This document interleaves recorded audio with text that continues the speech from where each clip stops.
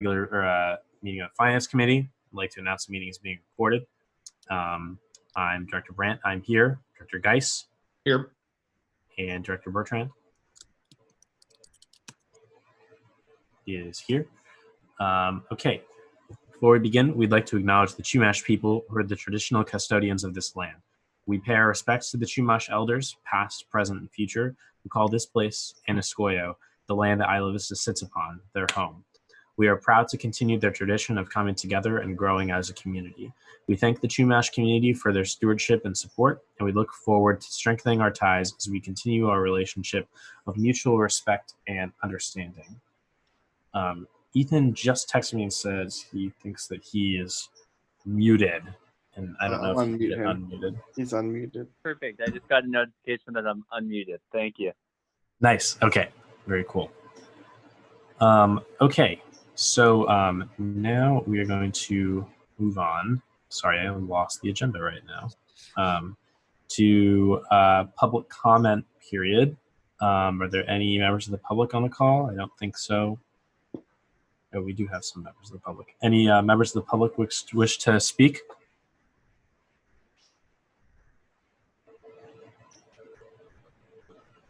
Okay, we'll go ahead and close public comment period then. We'll start off with the Community Budget Priorities Survey and the results from that. Cool. So I have not had a chance to format the results in an easy to digest manner, but we only got 27 responses, which is much lower than we had aimed to of 100. We distributed, we got it to different professors, about 10, to distribute to their classes on our email list, on the IV Community Network list, and also on Facebook and Instagram. So it did not get out there, or people didn't respond as much as we'd hoped, but it was also out during, closer to the beginning of the disruption. So I think it's maybe worth it to keep it open for a little longer and keep putting it out there and seeing more results that we can get. But I can get you all, or this is the link to the results as they are now without the identifiable information that people submitted that can be reviewed. And so we haven't had a chance to analyze this or do anything with it. It was supposed to close yesterday. Okay. Yeah, I think it'll be great for us to keep this open. And I think that with all of the attention on the student elections right now, hopefully that's kind of a captive audience to put this out to as well, since so many people are talking about their different ideas for helping IV. Yeah, I think we got one of the, our interns, what they do on Instagram is they message other pages to share our stuff. So I think they did message both like parties and candidates to share our survey, but we can keep pushing on them. So, yeah, I can do that as well. And so, yeah, I think it'd be good to keep it open. When do you think we can keep it open until? I think at least through the end of April, because we're only going to look at the preliminary with the board this meeting, and then we'll have another month over a month before it goes back for final approval. So we have a long time to go to take this in and make adjustments. Cool. Yeah, I think that's a great idea. Hope definitely to get some more responses on that. And I'm excited to start digging through what we have so far. There's some good stuff. Responses. By the way, you'll have fun. There's some good stuff already. Very cool. Okay. Yeah, we'll leave that open until the end. I don't know if there's anything else you want to talk about on this. No. Yeah, I saw there looked like some good ideas on there. There's some different stuff this year. Yeah, I guess, I would say the content is a little more sophisticated this year, if I had to say. Like the ideas are very, it's people giving really thoughtful answers. And I think the prompts maybe might have helped, but, or the kinds of groups that got the survey were like classes very engaged in this kind of thing. So Yeah, well, Very that good. was what I was going to ask, because our survey questions were pretty similar to last year's, right? We tweaked a little bit, and the main change was what you guys suggested of adding examples for the questions. So I added more like descriptive information. Like for the infrastructure one, I said like lighting sidewalks, street trees, gutters, just like what our power says.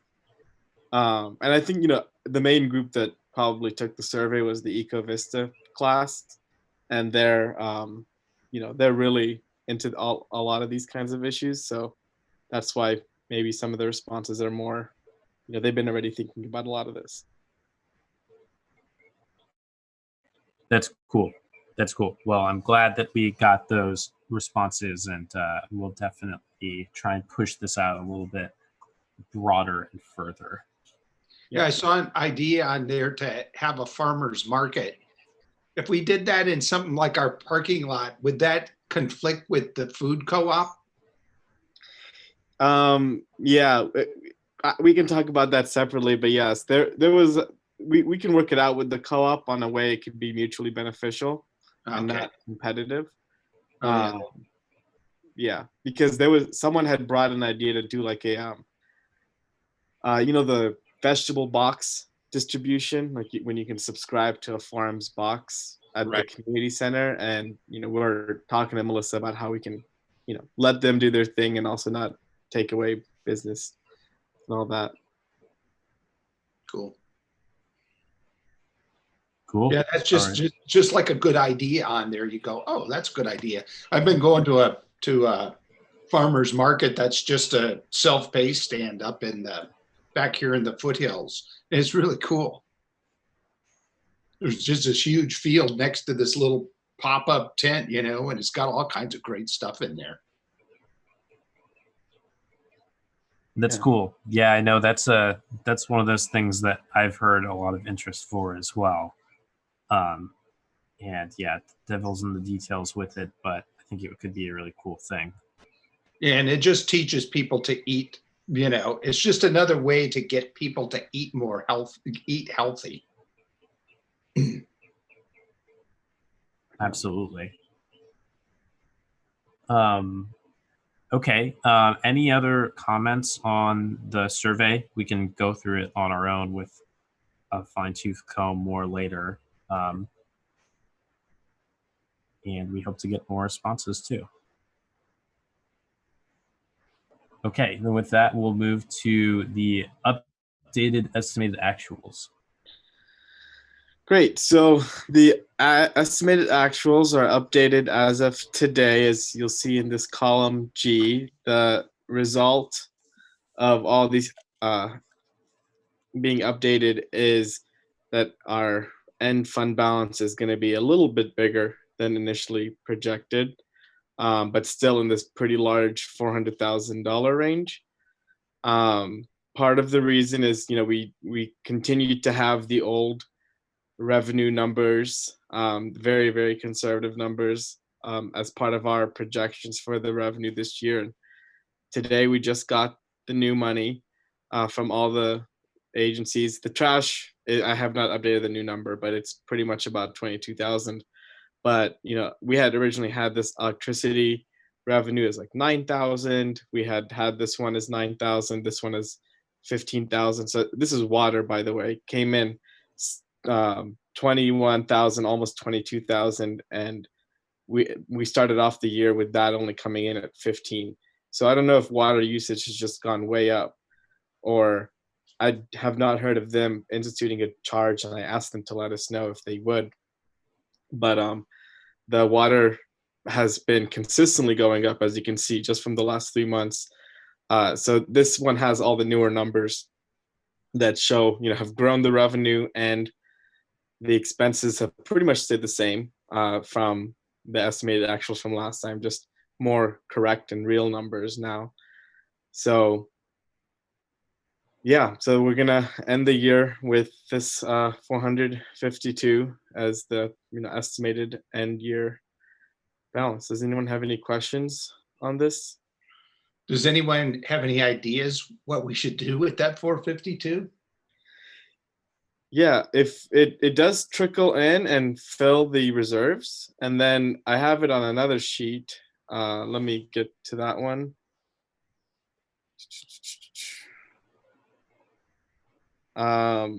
Pretty much, this is approximately where we'll end the year with this year, and this sheet breaks down our reserves. So, the UCSB assigned fund balance, the restricted, and then the CSD, and then so you have what we had designated, 892,000, but then we have almost $70,000 undesignated reserve.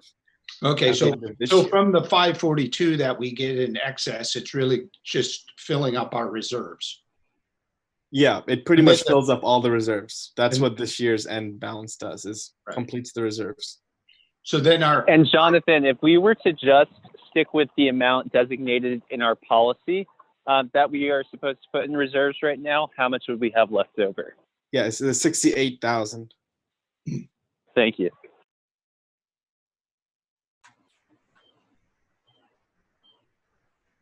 So that's what I'm calling now the CSD undesignated fund balance, because this is called the committed, the strategic, maintenance, insurance, capital, and long term. That's our committed fund balance. So this is our undesignated fund balance, 68,000.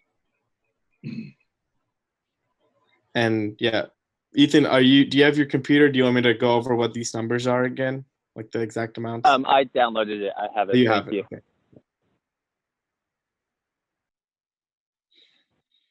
Okay, does anyone have any more questions on these numbers? I can go over any parts of this, but I think we have gone through this twice, but if there's anything, I can explain it.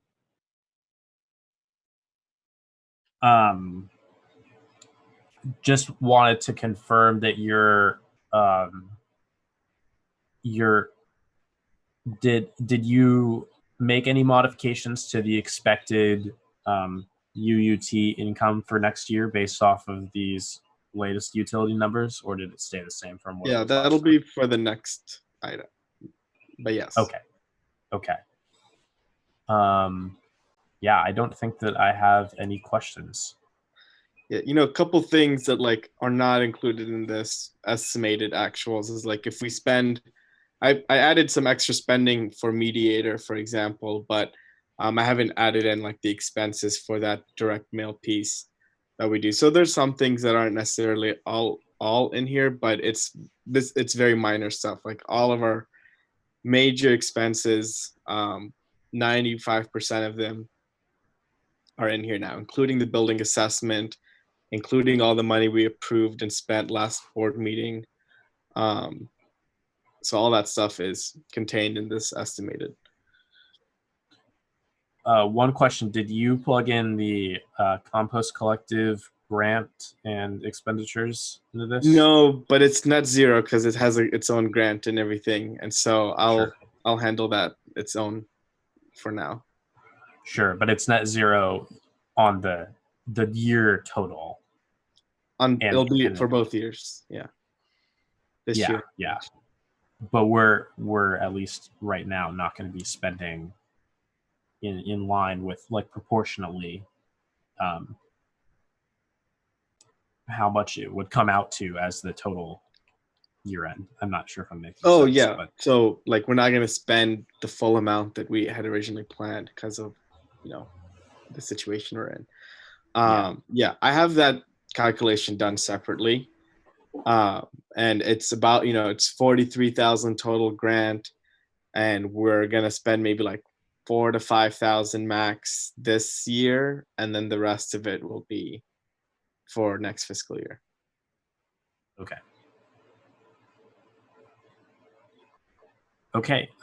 Well then that I'm not sure if any members of the public have comment on this item. Not, I think we'll move along to just have the one next question item. on Okay, that I go can't ahead, Bob. see on this piece of paper. Yeah. When we talk about the community center in our building, is the money budgeted in the program just operational money that we used last year for the contract? Is that what our budget is? For the next fiscal year budget. Yeah. Oh yeah, I'll explain that whole section. We're still on the 1920, which Okay. is Oh, only the sorry. first Sorry. But yes, Okay, I have cool. a whole budget. I have actually 2 budgets for the community center. Okay. So, Yeah, let's go ahead and let you get into the presentation of the preliminary budget. okay, cool. I'm gonna start. So this is the preliminary budget. The new revenue total is 932,000.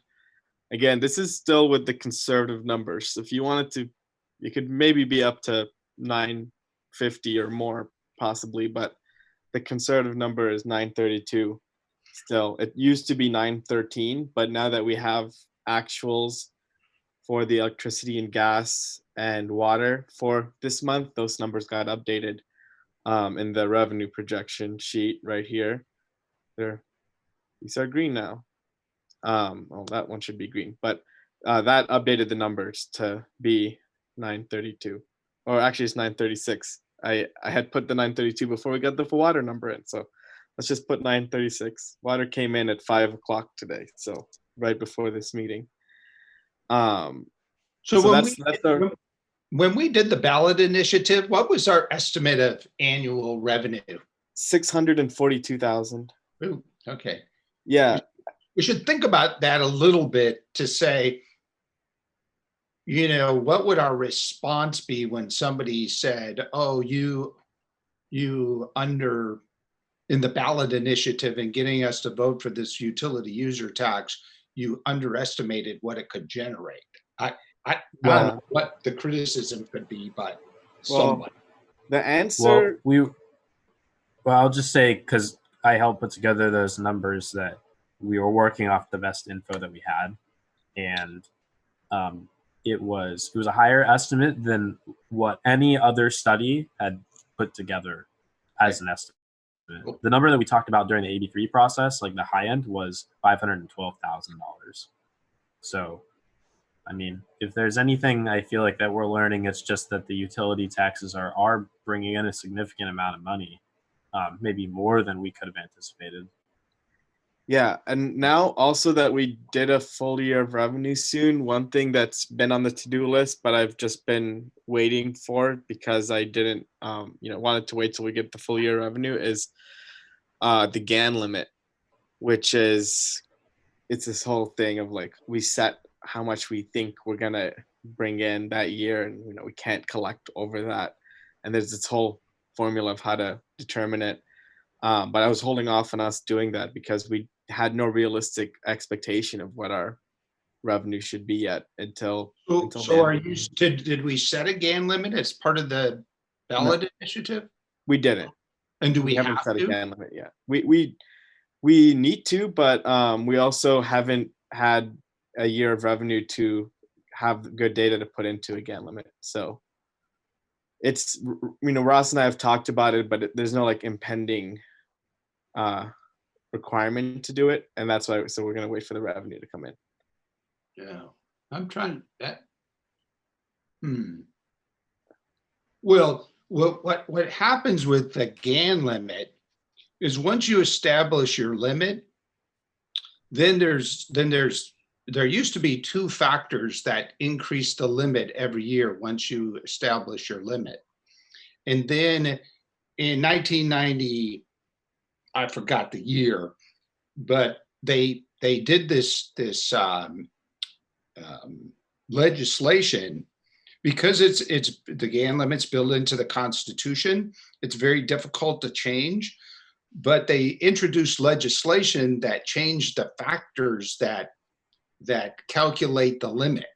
And the intention of changing those factors was to blow out the GAN limit, meaning that you didn't want to ever have a limit on revenue. So the GAN is kind of like, it's like I do the GAN limit for a couple of fire districts, and I help them recalculate their GAN limits going back 20 years.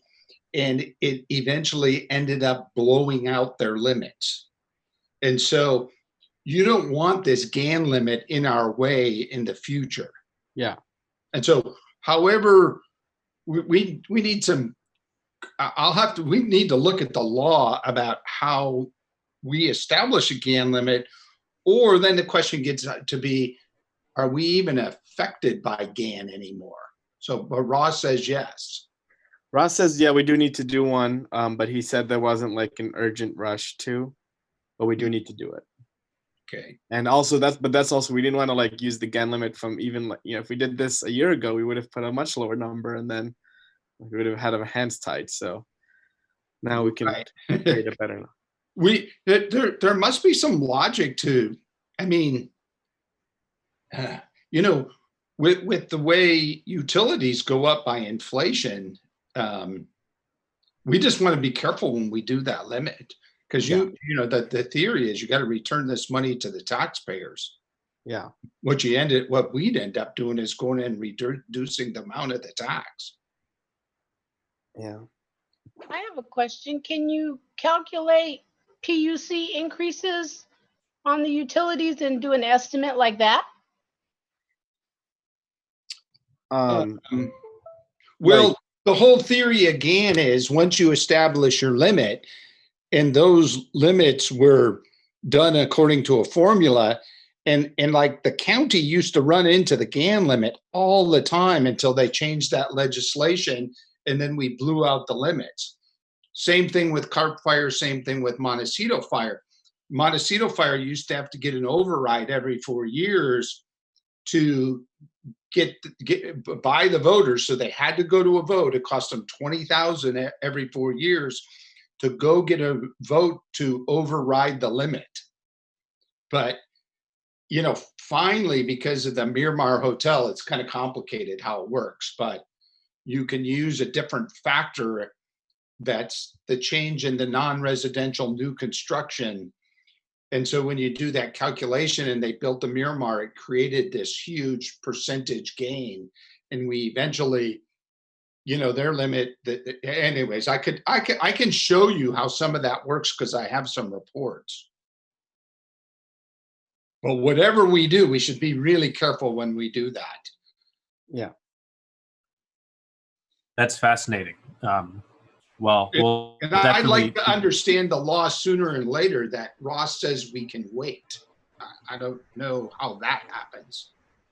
Yeah, we can't wait too much more, but we didn't have to like urgently do it right after Measure R passing. But are we allowed to set it at any amount we want? We'll just pick 2 million. I haven't looked at the resolution and formula in a couple months, but there's a formula for how to do it. And did we pass any kind of resolution? No, not yet. Nothing related to GAN, nothing at all. Okay. No. I've just mentioned it during my reports a couple times. Okay. Yeah. Okay. So that's the revenue from the utility tax.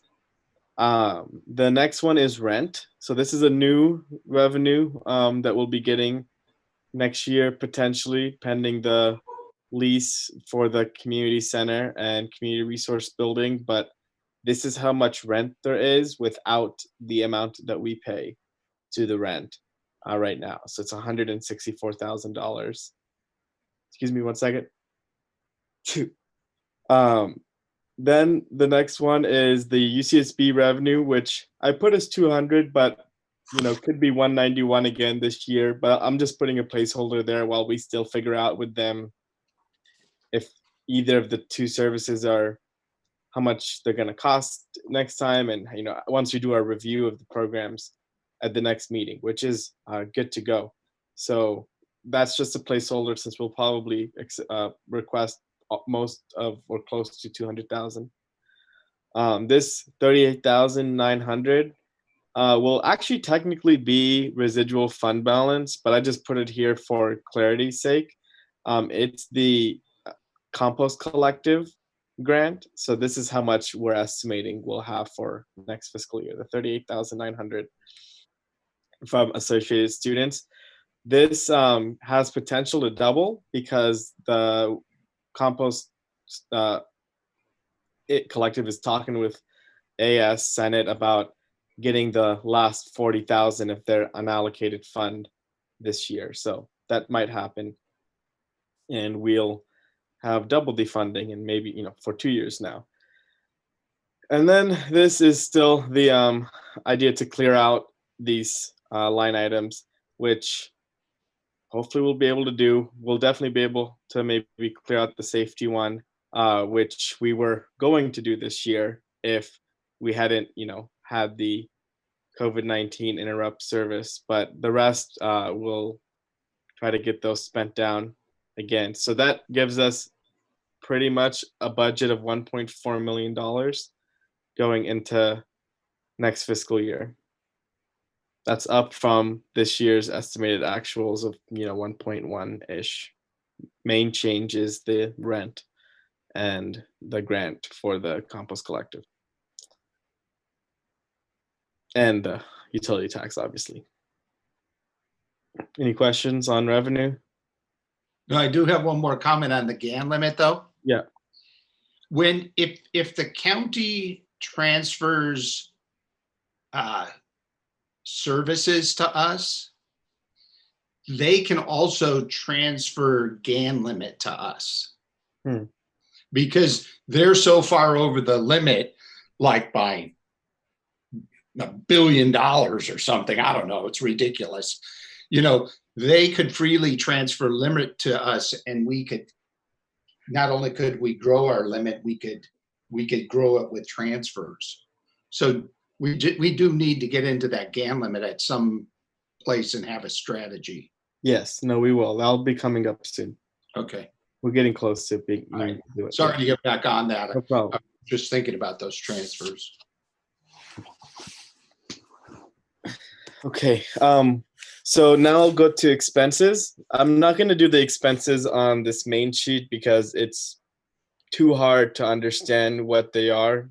These feed directly into the main sheet. So this is broken up by program, and then we could look at the top line after, but I think it'll be just more useful to go into the details now. Do you all prefer if I went through like each program or sub-program and then did questions, or like what pace do you want me to go at? Sub-program or program before questions? Or as we go, either one's fine with me. Let's go sub-program and do questions. Okay. Okay, so program 2000, operations 2001, staff. So this one is pretty much the same as before. The only change, it's not technically a change in the amount, it's a change in the budgeting. So we had put part of Deborah's salary into the mediation program and like broke off like 12,000 and put it there. I feel like that's maybe just confusing, and it might be better. It's better to just put her full salary in the staff budget. And so that's what this 150 represents. It's higher now than before because it's by a little bit, because I got the raise from 75,000 to it's like 78,000 something now. And then at the next board meeting, I'm gonna propose to the board that we give Deborah a similar raise that I did, and so that'll bring her to like 68,000 as well. So that's 68, 70. It's like 146. I just put 150 for a rounder number, but it's like about 146 as a more exact figure.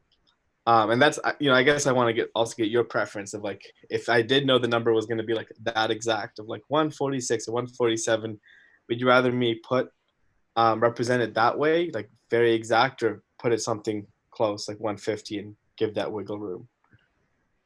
I'll ask. I always round up to something like 150, and I think that it's just a budget estimate. So yeah, okay.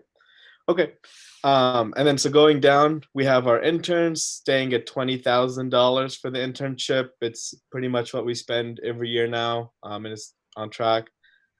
And then all of these are static costs that are calculated.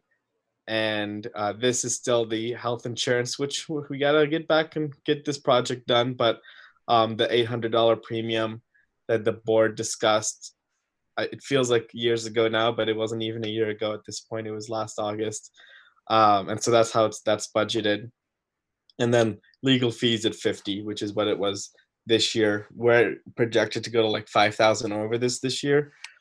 We also had a lot this year, and we might maybe end up going a little bit over that too, with how much work the lease ends up taking. We don't know how much work that lease will take. Ross says it'll take a lot, but maybe things just work out really well in our favor and it doesn't take that much. So we'll keep an eye on that. But we know Ross knows, and we've talked about it, like we don't want to get the legal budget much past 50,000 if we don't have to.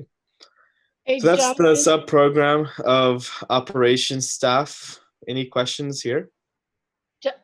Jonathan, will our workers' comp change because of the compost collective group?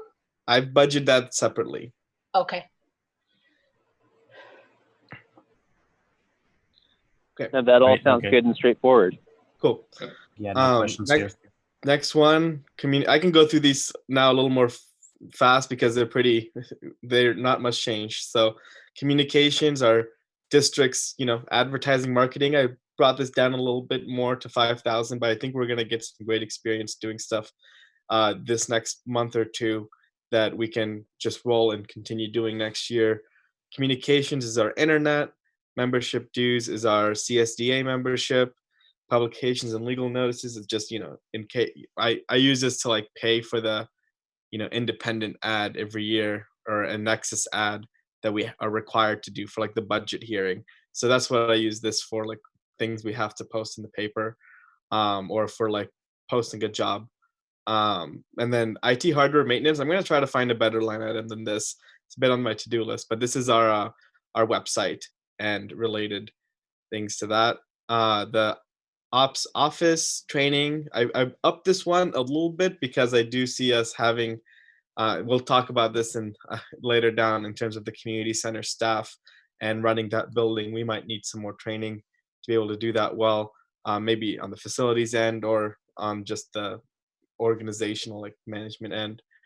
So that's up $1,000 training. Hey, Jonathan, kind of a rule of thumb that I used at the county for training What's was up? that you put 2% of your budget into training. 2% of your salary budget into training. So 2%? Okay, if I'll look at what that is. and that's just a principle I use from Deming. The point is that, you go to the county and the first thing they say, well, you need to make cuts, and everybody goes, well, let's cut training. And I go, no, under our management philosophy, go cut a position. You want to have trained employees. Yeah. And the second thing that Deming used to say was also put 2% of your budget into technology, meaning that you want your employees to have really good tools and not, I struggled with the internet all day today. So That's a good, I'll get those numbers and see. It shouldn't be too much different, but I like that, having a rule of thumb like that. That's a good one. Good news for the training is that 2% of 150,000 is 3,000. So right. But when you get a much bigger salary budget, it takes a lot of discipline to get 2% into, every employee. I never hit 2% at the county. That was just my goal. Yeah. Oh, sorry. Give me 1 second. We have a participant trying to get in. Someone named David.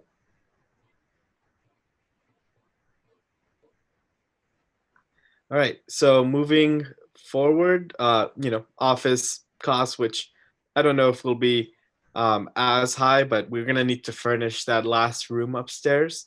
And we spent, we've spent the office budget pretty well this year, getting our desks built out and the community center office built out. So now we have that last space to furnish and get, looking nice. So that's that. But this budget is down. I reduced it by $1,000 since we're not as much in startup mode for offices. Copier, travel, same. Audit I brought up because it looked like the audit costs were higher this year than the 5,000 expected. It ended up being 6,000. So I brought that up. And payroll fees, this is an exaggerated amount. I think it's going to be actually closer to 5,000. Actually, no, sorry, that's wrong. The 8,000 is the newer fee is an estimation of the compost collective costs on our payroll, and it'll be really hard for me to break out exactly what that cost will be. So I haven't done that yet if we wanted to assign those costs to the compost program. But this is my estimation. We're going to have a lot more people on the payroll. If you think about it, like 7 directors, 2 full-time staff, the 4 interns, the 4 or the 10 compost collective, and then depending on how we do the community center staff, that's additional potential people. So we're up there, we're in the double digits, and so these hoping to get a better number here, but it'll swing in this range. 8,000 is like the high end. Liability insurance, as far as I've been communicating with our insurer about all this new stuff that we're doing, and she hasn't told me that our liability insurance needs to go up. There's another insurance charge we'll be needing to pay that's covered later, but liability, I've been told, will stay the same. And then directors. So that is program 2000. And now we can go on to the more complex stuff. So Jonathan, in this year's budget model, are there any cost of living increases for the employees or for the directors? No, so there isn't, and so I could see what that will cost and what a rule we'd want. I think there's a rule about how the directors get their cost of living, and I need to look that back up again. I think it's just like the 3%, but it's in our resolution. I know that Ivy Rec and Park gives their directors a cost of living every year. Yeah. And that's how they've got their meeting fee reimbursements increased from, I don't know, Ethan might remember, it's like, I think they're up to like 175 a meeting or something. Correct. Yeah, it started out at $100 and over time reached 185. Yeah. Yeah. So if you think that's a fair way to get a cost of living on directors, you put that into motion, and then you don't have to go have this public argument all the time about, why you're raising directors' fees. And if it's just a cost of living, it does build up over a long period of time. Yeah. Okay. I will I'll look at what those cost. Yeah, the staff costs are just where we're at today, assuming the board approves Deborah's raise at the next meeting of 5%, which is what I got in August from 75 to 78. So I can look at what the cost of living adjustment could look like. But then we don't have anything budgeted for you for next August? No. Okay, we should think about that. Okay. John, Yeah, I don't know how we would want to handle things like that. I could just we can just create like a general cushion, and that could be either not spent or used on stuff like that, or I don't know. Jonathan, I had a question on fixtures and furniture. Did you put in an additional funds in that we're going to have to have the compost collective group, and we're not sure what that's going to entail? We have those 2 spaces. No, that's not in this program. That's in a later program. Okay. Yeah. Okay. So next, program 3000. It skips 1 because 1 is our general weird, one we use for other things like reserves and utility revenue. So the most complex one is program 3000, and there's 2 options for this one, and we'll talk about them, I think, simultaneously. I'll go over both. They're mostly similar except for one thing. So this is program 3001, the community center and the community room. So the option 1 is if we were to hire the staff ourselves, and that would be 115,000. Will be at a level of having 1 staff member with a ceiling of 70,000, which is I want to keep it comparable to where Deborah is at, and then the other staff person would have a maximum of like 45,000, which is like more of an assistant role. And that, this is just like trying to approximate what was done this time. I actually have a lot of different ideas for restructuring the roles and duties that I think we can talk about at the general board meeting.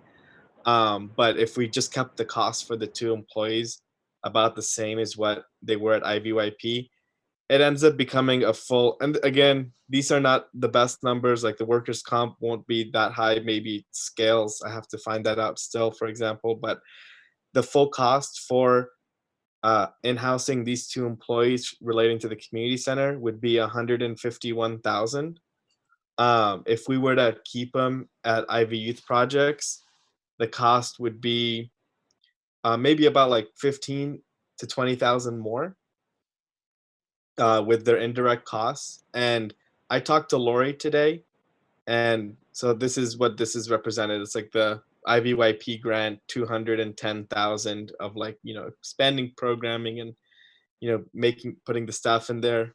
And that's not an exact number, and but that's what Lori had put into her like adjusted budget when she presented to the board at the last meeting, and we haven't reworked a new number. We did talk though, and she did say she did have ideas like, we could continue the grant and there'll be IV Youth Projects employees, but I would be their supervisor.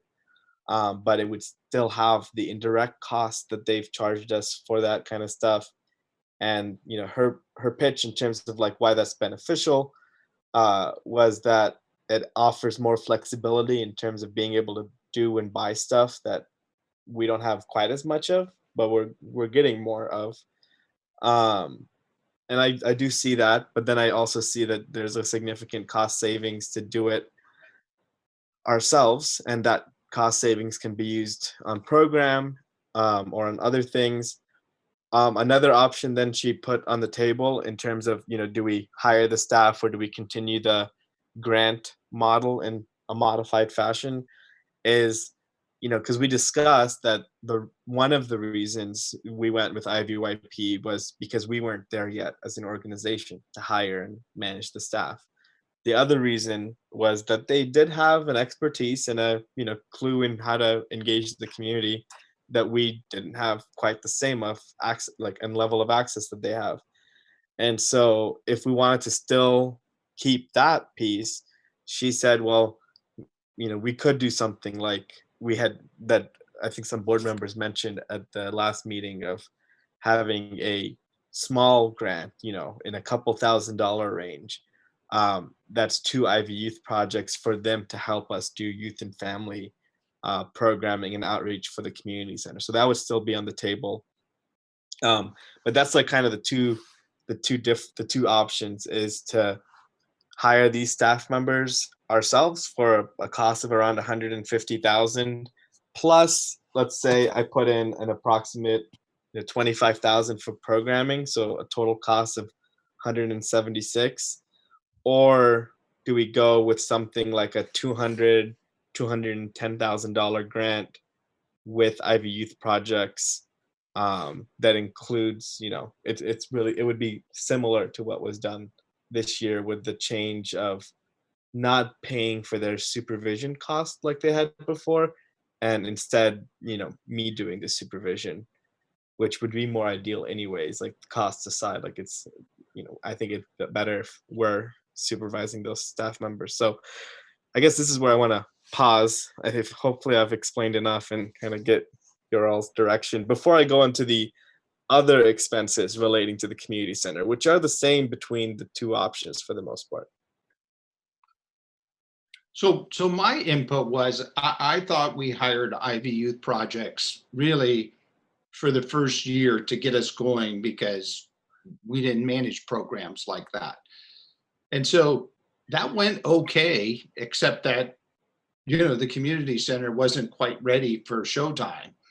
And therefore, we didn't get any planning document out of IV Youth Projects that says, well, these are the kinds of activities or groups of people we're going to, bring into the community center. And then we formed the advisory committee, which has a few members that are, from IV Youth Projects on there. And so it just seems like, and then Lori starts talking about, maybe we should have a nonprofit formed that runs those buildings, which means that opens the door that when we go to execute this lease agreement, they start saying, oh, we'd like this other structure. And so I think that we're getting too many groups involved. We need to take control of those buildings and control of the process and really give the direction. And I think it'll come up through this lease agreement. Well, what kind of services are we really going to offer through the community center? I mean, and I think it should be in our board of directors' control as we execute the lease, and not be, not get mixed up with, oh, now Ivy Rec and Park wants a piece of the pie. Oh, the advisory group wants a piece of the pie. Who's really going to be in, when you get to be in charge of that building, you need to be in charge of the building. And I think we need to build staff to do that. So my thing is, I think we should bring it back to us. Yes, and I agree as well. I think that with this being such a big priority for our district as it is, it makes sense for us to be directly funding these positions and having them under the management of our team. I definitely support us having that smaller grant with IVYP for youth and family services in particular, but I think that it's good that we bring management under our umbrella, assuming that's good with you and Deborah. Totally good. Yeah. Yeah, I completely agree. I think that in regards to the potential for an IVYP grant that's smaller, I think it's important, especially given that we are having turnover right now, and we're going to want to bridge that gap between the services that were being provided then and their familiar faces with folks that the people who are utilizing that service are familiar with. So, and the expertise that they provide, I think, is going to go a long way. It will continue to go a long way when it comes to some of these programming and youth and family services. I'm very excited to see the cost savings associated with bringing it in-house as well. I think that it's really going to be a win-win for the budget and for our ability to effectively run the center.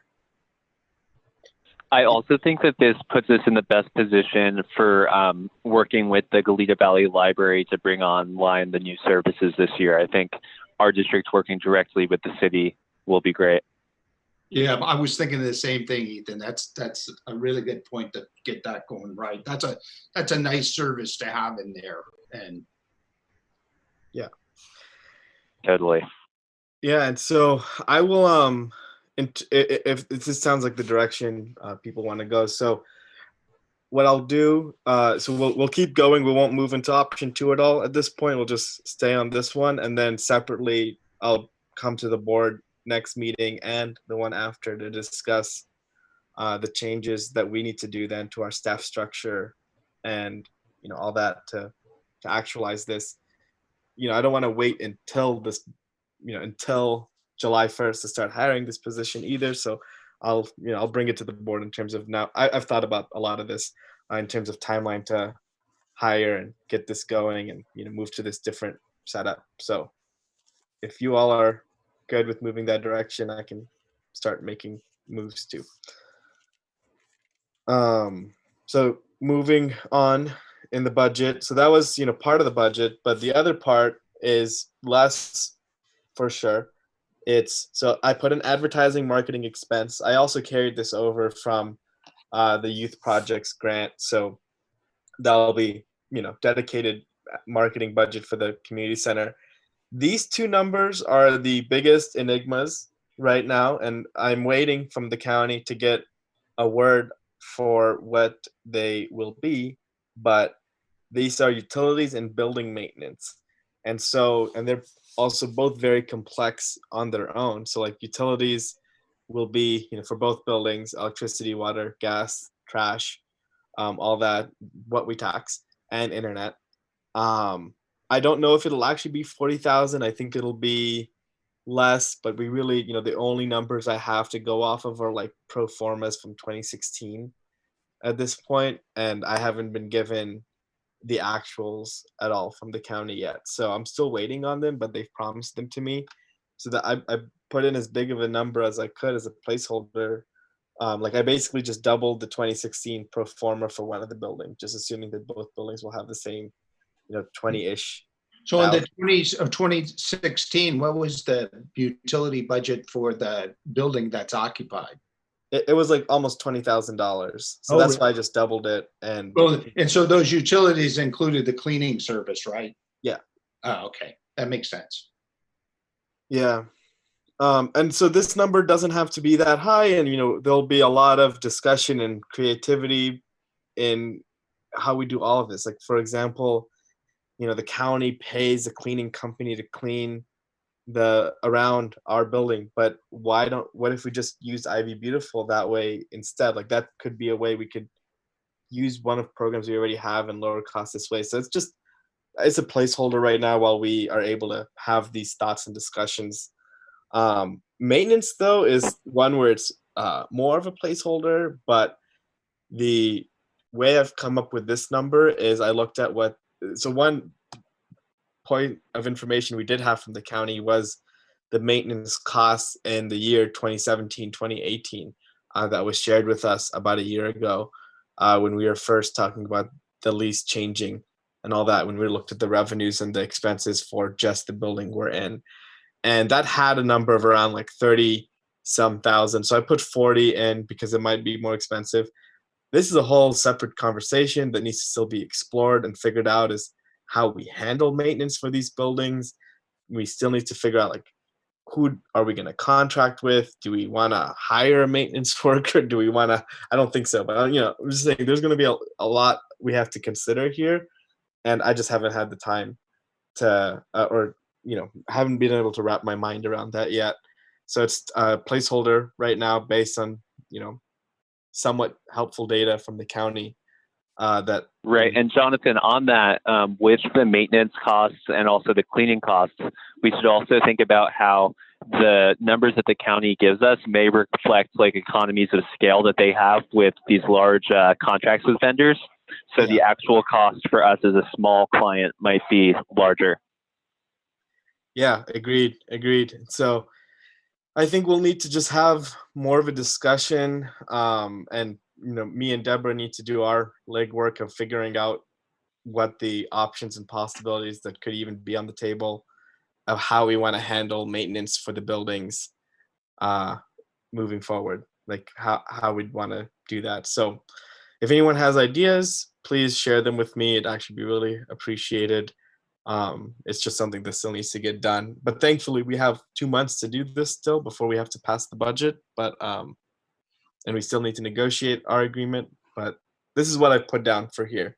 If you all are okay with that kind of a placeholder, is what it is. I'm okay with the placeholder because I think there are going to be a lot of things as we negotiate that we're going to have to figure out the true cost of. I mean, one example when you mentioned Wi-Fi with utilities is if we had to be the ones to start providing Wi-Fi to the building and like the IT costs associated with something like that, and then maintaining that. So just we'll dive into those as we see how the negotiations unfold. Yeah, this will unravel itself.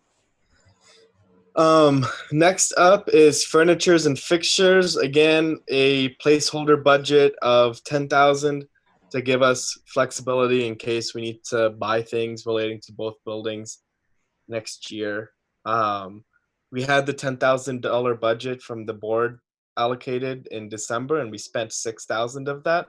But now the situation has changed once again, and we know there are more costs than just that initial buy that we did of new things for the community center, let alone things that may need to be changed or replaced. So I put a placeholder of $10,000 to give us options next year to do furniture and fixture upgrades.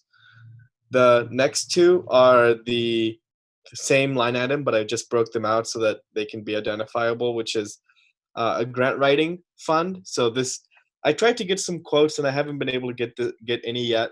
But I asked around a couple nonprofits and consulting groups. It's, if we wanted to get your help doing grant writing, what range would that cost, and how many hours would a grant average take? And so I haven't gotten anything yet, but I think at one point we had this number of 25,000 from Legacy Works in terms of what they thought it would cost them. And I'm not saying we should be going with Legacy Works, but I just use that number for now, and I hope to get more quotes and to get a better grant writing figure. But this is what they said they would charge us, again, a year and a half ish ago in end of 2018, if they wanted to help us with grants for the community center when they were doing that old consulting for us.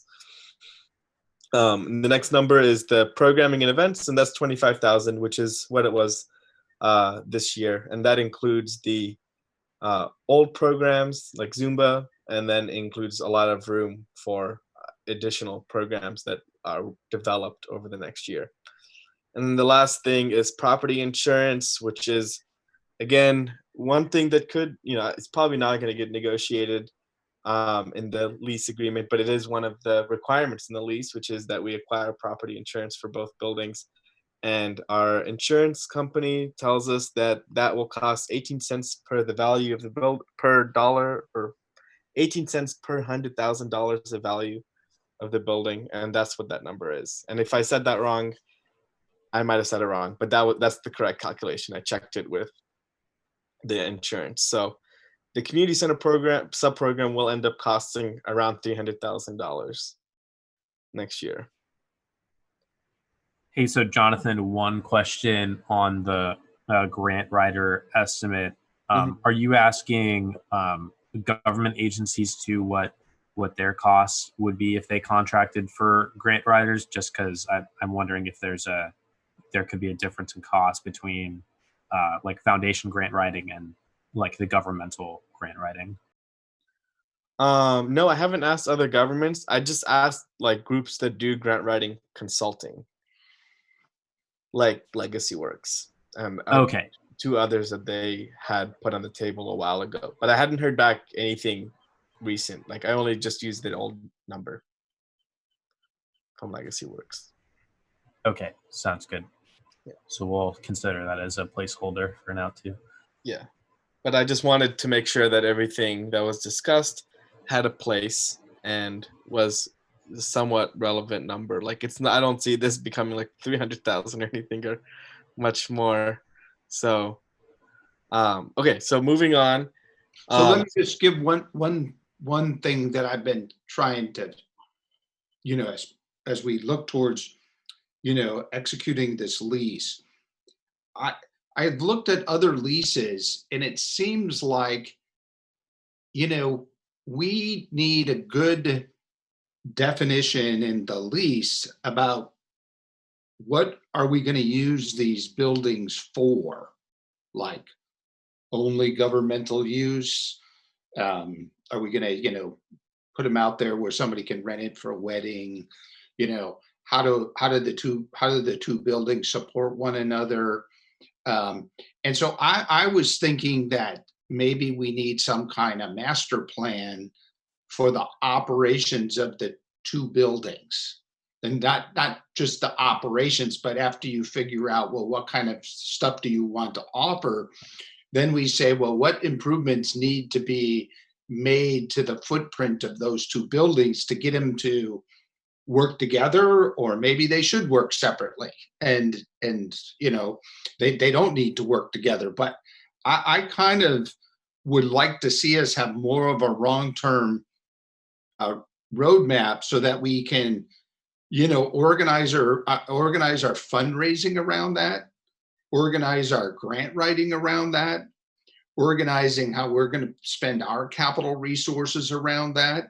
And so it's kind of like when I look at the county bowls they frequently refer to their master plan that I'm sure they spent lots and lots of money on, because it ended up with new walls, new bathrooms, new stage, new seating, new pavilion up at the top, redid the garden area, put in a garden down below.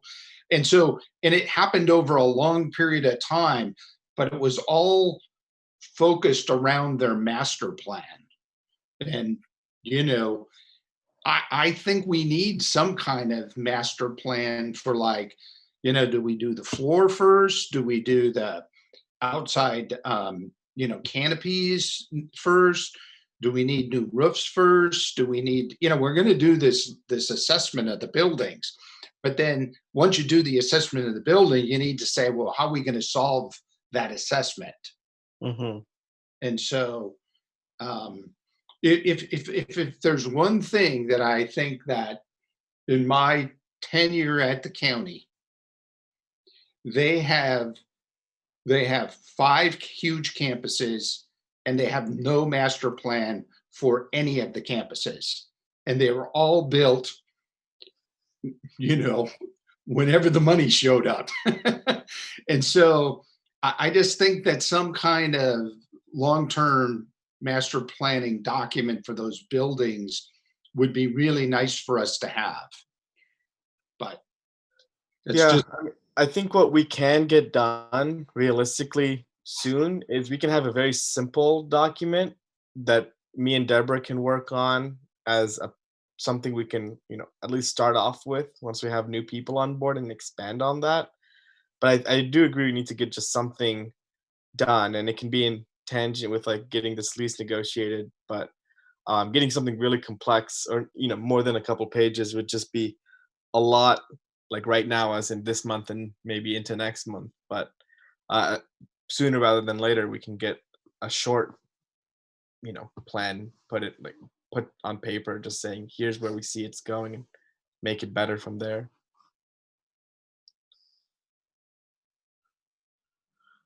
But yeah, losing the staff mid-year did impede the efforts to get something like that done, especially when I think we thought that was one of the first things to be worked on in that grant, in that role. So we're behind there.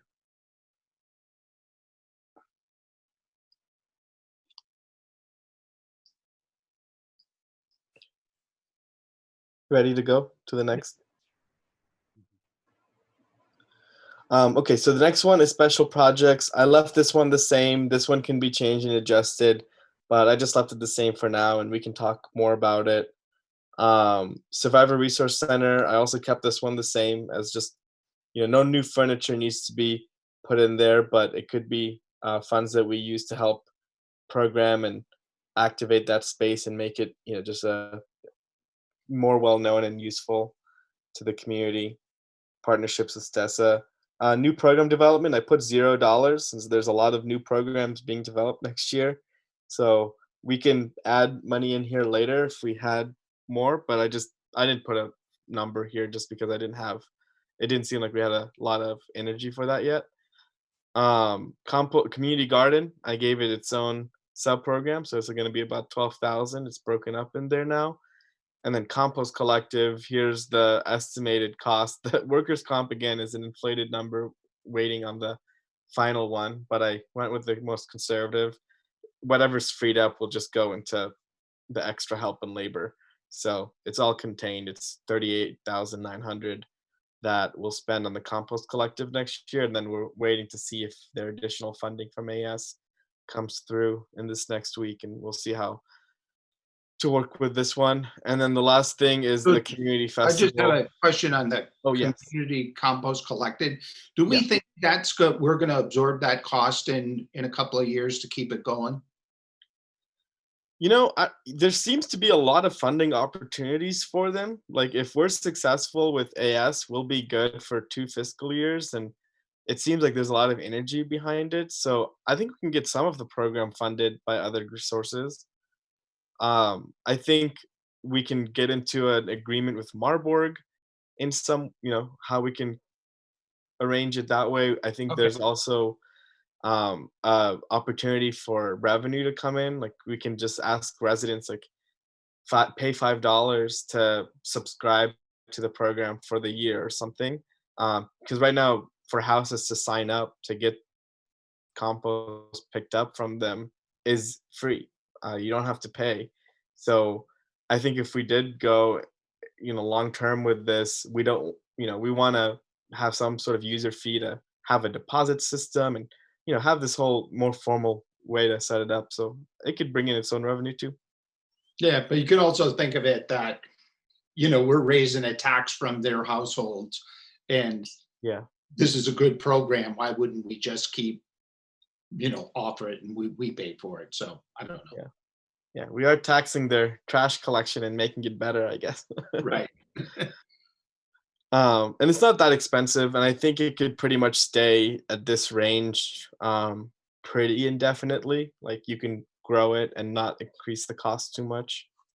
So this doesn't include their supply costs and other costs like that. And I've asked them to put those numbers together and also give me like a rundown of all their other assets that they own, because they have other pools of money sitting around in other places. So that's one of my projects with them, is to capture all of that. And this is just the grant that was the first one, but there'll be more costs and revenues for this program coming in soon, so be a little more. Okay, and then lastly is the festival, which is I put it at the 55,000 number, which is what we were expecting to put in this past year. I could put it in at the full estimated cost and then also add in UCSB's expected contribution, but I left out both, like all of the UCSB half of the equation for this event so far. I can do it both ways. It's up to your all's preference. But I thought this would be easier to just see what our tax cost is.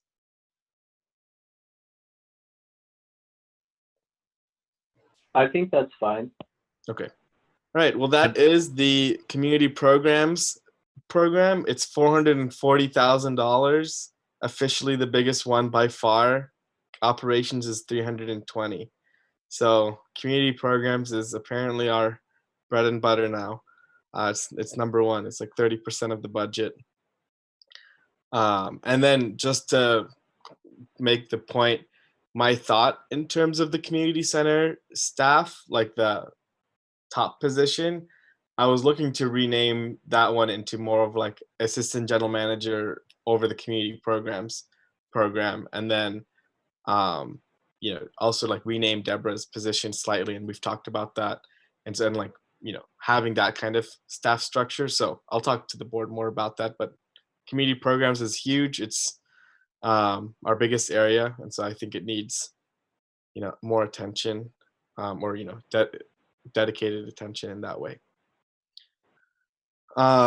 Next up is the housing, which is only one sub-program. And the idea here, and this is, me and Deborah have been talking about this, and we still haven't fully formed the idea, and we gotta still get with our work group about this. But the thought here is, so this budget has technically stayed the same, but technically has gone up. And the reason that's a contradictory statement is I took out the part of Deborah's salary that was being budgeted into this program, and I moved it into operations, but then I replaced it with extra help and labor. And so the idea is one idea that her and I talked about in terms of helping make the program, be able to fully meet its potential next year, is to hire like an intern whose job it is to promote the program as much as possible and like set up the outreach opportunities for for the mediator or more than one mediator that we're able to get, and kind of and Deborah would still be assigned to the program and like the program manager and working on it, but giving it that, those really dedicated 10 hours, especially as Deborah's position is changing a little bit, to like also focus on facilities more, and our HR, needs are growing. I just don't see her having as much time as we originally conceived when that position to do like the day-to-day in and out work of making the mediation program promoted. I think she can continue with the scheduling part and like maintaining that. I think that's important for full-time staff to be doing. But this is just the idea here this is the cost of it, is about $18,000 to have a dedicated person working year round to focus on the program.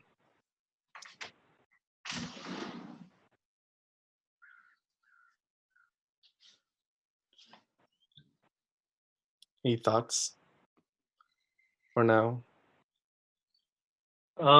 I think that it makes sense to have an intern who is working on that. Is your thought to add an additional intern position or to reassign existing Yeah, it'd be like a that we have separate. budgeted for? It would be a separate one. Like the other interns would stay as like the public policy interns, and this would be like another one.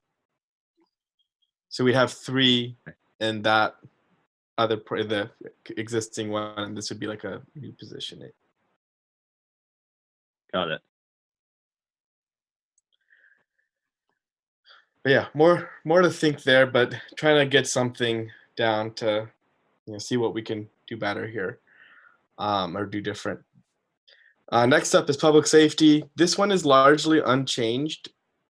I'm still, we still need to see if the cost for the safety stations or the investigator will go up, and UCPD is slated to present to our board next meeting, so I'm sure that'll have an impact based on how we discuss that.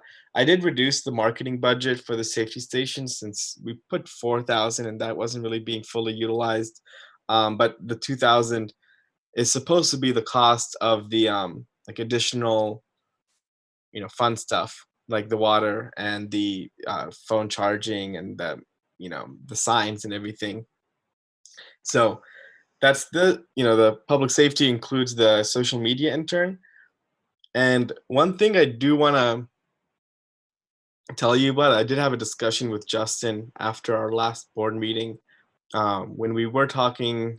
I don't remember which agenda item it was, but the issue of the public information officer for IV came up again.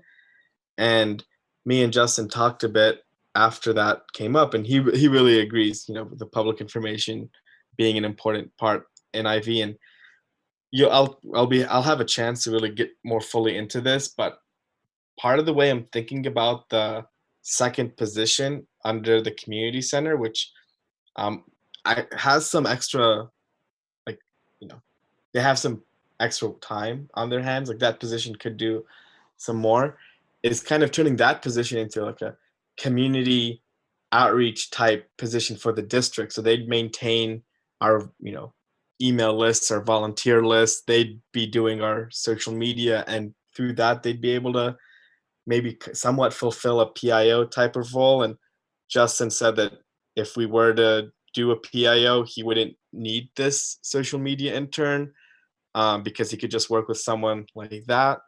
So I kept it in here because we haven't had a chance to talk about that at the board level yet of where we want to go exactly with that, but it's in the budget along with the community policing pool. And Yeah, so I think that's an interesting idea. I definitely think that we are going to need to give the Foot Patrol some help with this because, like, ultimately there are a lot of things that an outside public information officer could communicate, but when we look at the nature of the stuff that we want the sheriff's office to be communicating to the community, that's probably going to need to come from someone on their side if we want it to get out as fast as we do and really solve the issues that we're having right now as far as community members not knowing what the public safety issues are. So I think we can definitely explore, but my thought is that that is something that we probably have to provide to law enforcement. As far as public information on our general district operations and matters of Isla Vista interest, I'm totally supportive of us focusing on that, whether that's one of the new positions we're creating or something else. Okay, sounds good. I can let him know. Is that how rest of you all feel too? I'm good with that. I think it is going to be that their idea is to do a better job of putting out their information, and they're going to want to control that. Yeah. Okay. Well, that is the public safety program then, 253,000. Next up, parking. This is the same as last year. I didn't change it. And then public works is also the same as last year. No changes. Because Ivy Beautiful is coming in pretty much on budget, and it's got a little bit of a lag under budget because there were 2 months where it wasn't at the full capacity. Where it, oop, we lost Spencer. Give me a second. He just tried to get back on. Okay, I'll wait for him. Spencer, are you back? Okay, I'm back on. Where Sorry did we about that. We were talking about the PIO slash the social media intern for Justin, and I was going to ask actually if you talked with him about I guess just contingency planning for that, since it is under his management, and I know that position's up in the air right now. No, I mean, we talked last week, but we didn't really directly talk about his position and all that. But we can. I'll keep talking to him about it. We've been talking frequently, so. Okay, sounds good. All right, so Spencer, you missed this, but I just said that parking stayed the same and public works stayed the same. And that's because Ivy Beautiful is coming a little under budget this year, but that's because we did a year budget and the program really operated for 10 months. So it'll be at the right amount at 70,000 this time. And then, yeah, I kept the 50,000 placeholder that we had last year for infrastructure improvements, kept the public art 5,000. And then the new exciting part is, again, just an estimate for now. I really don't have any idea of how much this will really cost us. But in terms of Isla Vista Community Plan, I put in $100,000 between contractual services and marketing for public engagement, for doing whatever we want to do next year, of having a planner, look at things again, help get that plan finished, getting everybody to be part of that process, and reworking the parts that we want to rework. So I don't know if Bob, if you had any thoughts of based on your experience where that number lands, or anybody else. I can keep working on getting a better number, but I just figured Lisa Plowman will take it all. She's very astute. But the county probably would like to resurrect that plan, but it's just I watched it. I was just so happened to turn on the county budget the other day, and I watched Lisa give her presentation, and it's like Joan says, they got a lot of stuff going on out there in community planning that for us to carve out something and resurrect a plan, we're going to probably have to help fund it. Yeah. And just remember, that plan cost $3.6 million, and that wasn't including the community's time, which was huge in that process.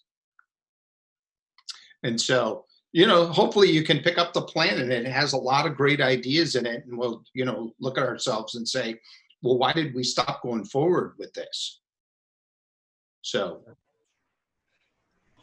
Yeah, that's sort of what our conversation has been with Supervisor Hartman is let's build on what we've got. Let's reopen it. And so, yeah, I would not want us to get into a long-term commitment with this funding. I think this is a one-time expense for now. That's in this year's budget. It's a project for next year.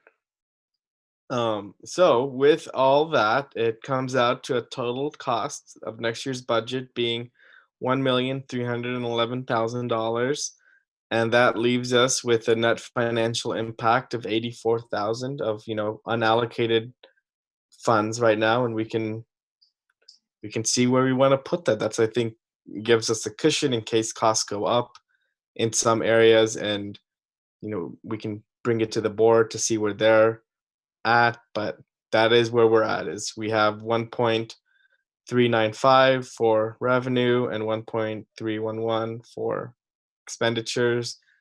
And this is a pretty fully loaded budget too. Like, it's not the bare bones budget with 84 to add on. This is with a lot of our new ideas and projects already added on.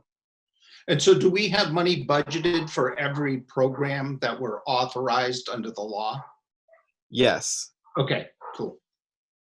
The MAC is the one where you could like mince words in different ways. You could say the Community Advisory Board is the MAC, or you could say that a lot of our, our PIO work, and we'll have the, CAB.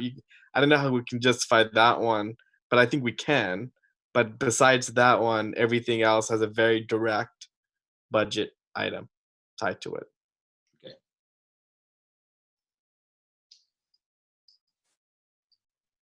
Well, the other thing that we don't have is maybe in the community programs, we can make some revenue to help offset the cost.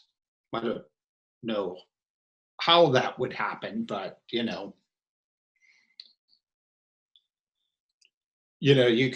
could say, if we could get the farmers and do a little farmers market on the community program grounds, you might be able to get some rental money from the farmers, or maybe we get some money from weddings, or maybe we get some money for the parties in the park or something. Yeah, I think there's potential for that. We just need to have some conversations with the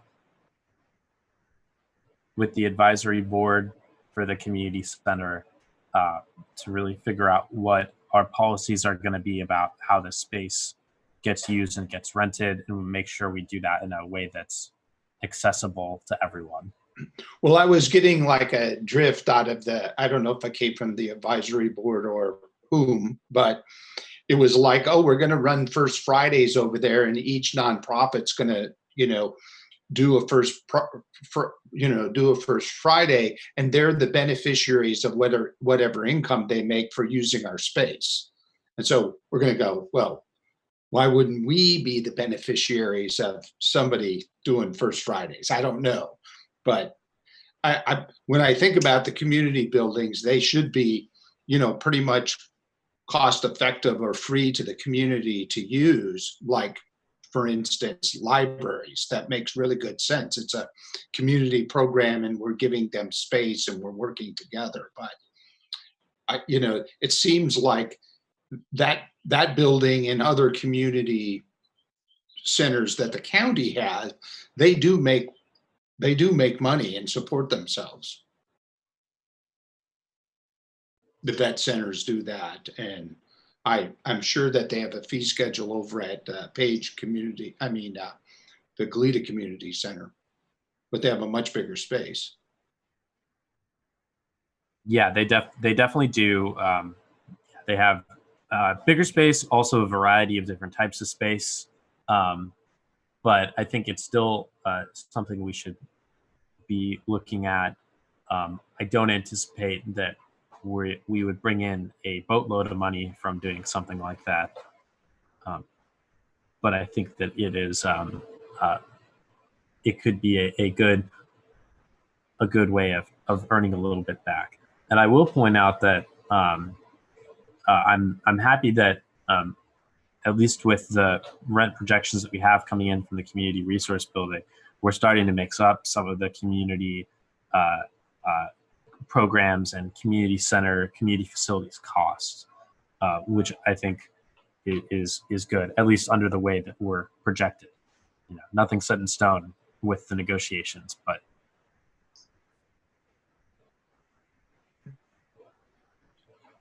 overall, I'm pretty impressed with the budget. I think that it is in a good place. We still have some unknowns that will be worked out, but overall, I think it feels good to me. It feels like we're in a strong position, which is a little bit weird to think about, just given how crazy everything has been in the world recently. But it definitely makes me feel good that our revenue projections are looking okay, and that we'll be able to continue providing the services that we have been, and not be in the place that other government agencies are in, where they're looking at making cuts. I agree.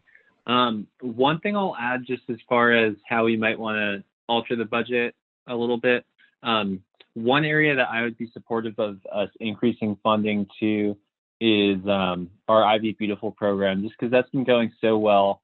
And if there are additional folks that we could hire through this program, I think it would be great, because I mean, there's a lot of great work that's happening, but every additional worker performing that work can really help us expand our reach. And as we know, there's no shortage of projects. Yeah, I can. Me and Emily talk pretty often, but we'll be able to talk more specifically about this hopefully pretty soon, and we can come up with what an expansion looks like. Thank you. Yeah, I agree. I think, Ethan, you said it best. There's no shortage of projects to work on.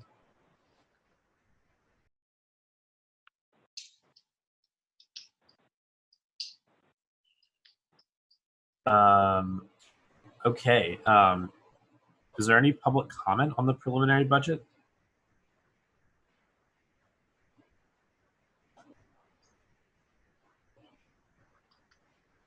Okay. Then I'll close public comment. Anything else from us on the board here?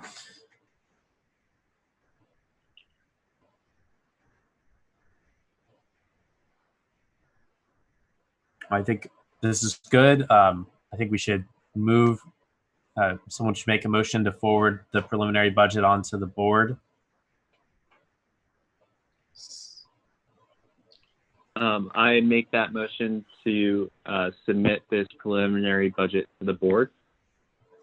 I'll second. All right, made by Bertrand, seconded by Geis. Any other public comment? Any board discussion? All right, we'll do a roll call vote. Okay, Director Brent, Yes. Director Bertrand, Yes. Director Geis. Yes. Excellent. Motion passes unanimously. Very good. Looking forward to having a more full discussion or a discussion with the full board on this. I'm proud of what we put together so far. Okay. So with that, that concludes the meeting. Our next meeting will take place on May 5th. Or our next Finance Committee meeting will take place on May 5th. Definitely remember, or I'm making a mental note for myself to push out the survey and try to get some folks to respond so that we got some priorities. Anyone have a motion to adjourn? I'll make the motion to adjourn. I'll second, but after this meeting closes, Spence and Jonathan, can you just stay on the line for a second? And we can just talk for a second about some times to look at the lease. Yes. Yeah, sure. Okay. Any public comment or discussion? Okay, Jonathan, can you call the roll? Okay, Director Brent, Yes. Director Bertrand, Yes. Director Geis. Yes. Okay. All right. Motion passes, and our meeting is now adjourned. Thanks everyone for being here.